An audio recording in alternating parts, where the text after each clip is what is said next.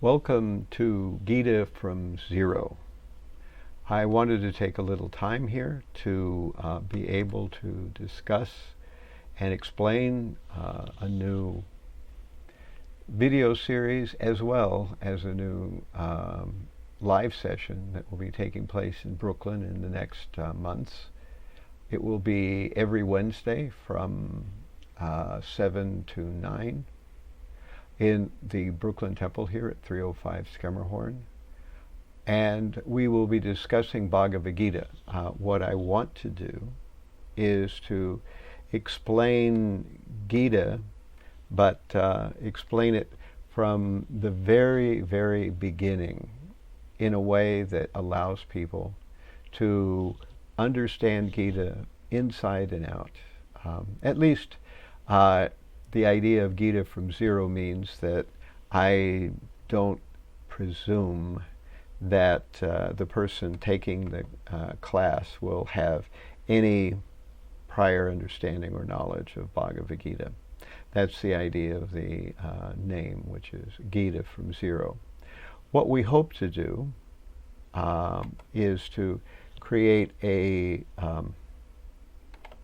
group of videos that will go in sequence, and these videos will be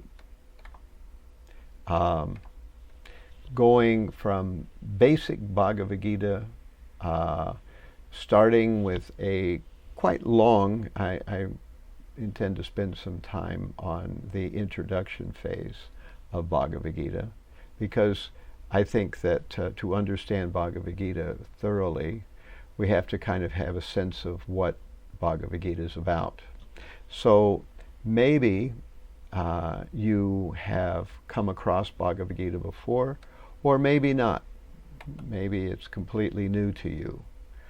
In any case, what I hope to do with this group of discussions is to give a person a very deep understanding of Bhagavad Gita, as well as be able to give people an understanding of where Bhagavad Gita really sits in a larger background. So I might start off by saying, have you ever heard of Bhagavad Gita? If you've heard of it, maybe that's why you decided to tune into this group of lectures or talks. Maybe you've heard that it's like the Bible of India or something like that. And if so, then you've come to the right place. Why is it important? That's one of the reasons that I wanted to do this course, is to explain why Bhagavad Gita has been read for over 5,000 years. What is it about Bhagavad Gita, a book that was written so long ago, that's relevant today? And how is it seen in India? How is it seen in the rest of the world? Where did it come from? We could ask that question. What is the origin of Bhagavad Gita? Where has it originated from? And we will talk about that. And finally, of course, we want to know, what does the Bhagavad Gita actually say? That's the most important thing, because we are interested in what the Bhagavad Gita says. By hearing Bhagavad Gita and being aware of what the Bhagavad Gita actually is saying, we are able then to get the full benefit of Bhagavad Gita. This is more important than just simply dabbling a little bit into the ancient texts and wondering how this might relate to something. All right, so the next thing that I wanted to discuss, of course, is we will discuss Gita's place in history. We will discuss Gita's place in philosophy. We will discuss Gita's place in the religions of the world. I'm hoping to be able to do this all, and as we go along, we will be able to see how the Bhagavad Gita fits into world history, how it fits into the philosophies of the world, particularly Western philosophy, because Western philosophy is affected, and it can be reconciled with Bhagavad Gita. And we will, of course, discuss how Bhagavad Gita fits with the various religions of the world as well. It's a very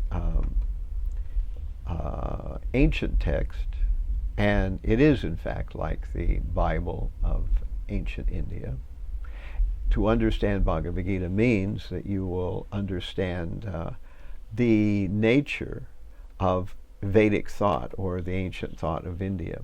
And then if we take a look at how this various ideas of the Vedas have filtered through the modern world, we'll see that actually underpinning the philosophy of the West is the philosophy of the Vedas. At least we can make a case for it. You can decide on your own what you think about that. But this is the thing that I want to showcase. The next thing that I would like to bring to the fore is that we'll start off with an introduction. This may take some time. An introduction will be necessary so that we can place things in context. And then after somewhat of an introduction, then we'll move into the individual chapters of Bhagavad Gita, done kind of as a sequence, not verse by verse, but actually in the sense of more section by section, so we'll get an overview. If we go verse by verse, then the overview gets lost. It becomes very difficult to see how Bhagavad Gita relates to anything else. We lose our the forest for the trees, as it were. Now, as I mentioned, we will not be doing the usual approach of Gita verse by verse. The reason we won't be doing that verse by verse is, as I mentioned, that you lose the forest for the trees. And Bhagavad Gita is important to get a overview. So with an overview, we don't lose the forest for the trees.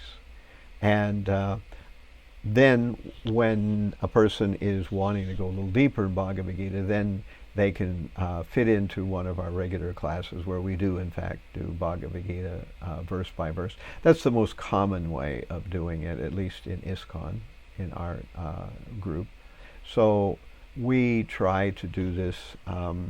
I'm trying to do it a little bit differently so that the overview is more apparent, rather than just getting lost in all the myriads of individual details. And because Gita is so complex naturally, we will find that the Gita could become very hard to follow. There's a lot to know in Bhagavad Gita. Krishna speaks about whole topics and just a few verses and then moves on to new territory. And this can be confusing to a newcomer. The next point that I want to bring out is that we ourselves have a Western philosophical basis. We were raised in Western culture, and we may not recognize how much that's influenced our thinking. And this is why we need to compare the philosophies of Bhagavad Gita and the philosophies of the Western world, so that we get a full and actual complete understanding of Bhagavad Gita, and we can understand where the two philosophical traditions, where they relate and where they contrast with one another.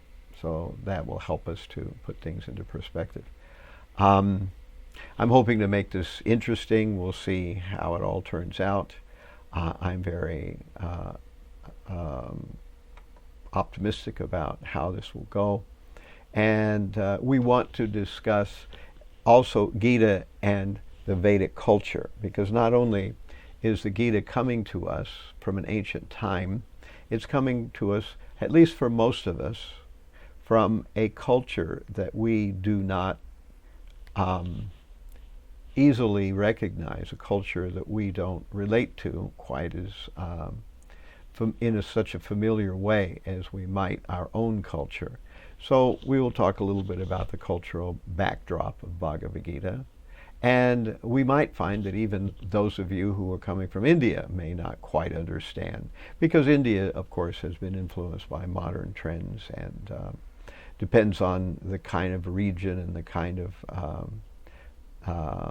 culture and family that you grew up in, what your connection is with the Gita. So we will talk a little bit about Vedic culture, and beyond talking about Vedic culture, we will also talk about many different various interpretations of Bhagavad Gita, because not only has the Bhagavad Gita been translated in the Western world, Bhagavad Gita is understood in various ways by different groups within India itself.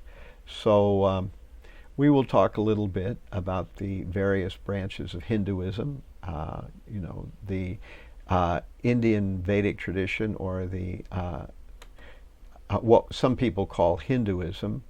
Hinduism isn't exactly a religion. In fact, it is an umbrella term of many different religions. Four main trunks, I would say. The first one is Vaishnavism, which understands the Supreme Being as Krishna or Vishnu, and the goal is to give one's life in love and service to Vishnu. Then there is Shaivism, which sees Shiva as the Supreme Being and seeks various blessings and benedictions from Shiva. There is Shakta worship, which sees Shiva's wife as the Supreme. And finally, we have Advaita Vedanta, which sees the Supreme Being as formless, and the goal of life is to merge with that formless Brahman, or complete one. These ideas have filtered into Western society and Western thinking, but these have their different understandings in India. So we will discuss how these different views fit into one another, and why we favor a particular understanding. We do not see them all in the same light. And A.C. Bhaktivedanta, he named his Bhagavad Gita as it is, which means that it's Bhagavad Gita in a particular viewpoint. And we can say, well, why should we be so picky, or why should we be so chauvinistic to just want to think in terms of one and one view only? Why don't we accept many views of Bhagavad Gita? And of course the answer is that the various views of Bhagavad Gita are not commensurate with one another. They don't reconcile with one another. So if you believe any and every view, you believe nothing, because these various views are in direct contrast to one another. And in his introduction, this is one of the reasons why I'm going to do a long introduction, is because A.C. Bhaktivedanta Swami Prabhupada did quite a long introduction to Bhagavad Gita, and he discussed the fact that there are many different versions of Bhagavad Gita. However, these various versions of Bhagavad Gita do not discuss Bhagavad Gita from its own point of view.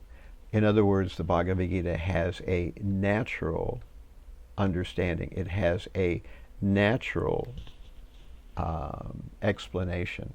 And if one does the natural explanation, then all of Bhagavad Gita makes sense. It's coherent. It's a whole. There are no redundant or apparently pointless chapters.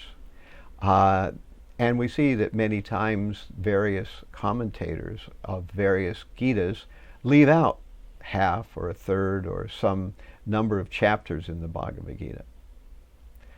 If Bhagavad Gita is explained according to its natural explanation, the whole thing fits together. It makes sense as a whole. It's not a broken group of fragments. It's not an interesting, like some kind of cuneiform tablet that's been broken. Pieces are there and pieces are missing. It's whole, it's complete, and it works together.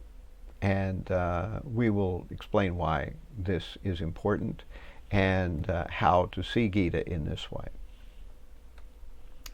The next item I want to mention is, of course, in any kind of explanation of Bhagavad Gita, we certainly need to look at Bhagavad Gita from many angles of vision. And because we were raised in a Western tradition, it's important to try to see things through the lens of the Western philosophers. How did they relate to some of these same ideas that we see espoused in the Bhagavad Gita?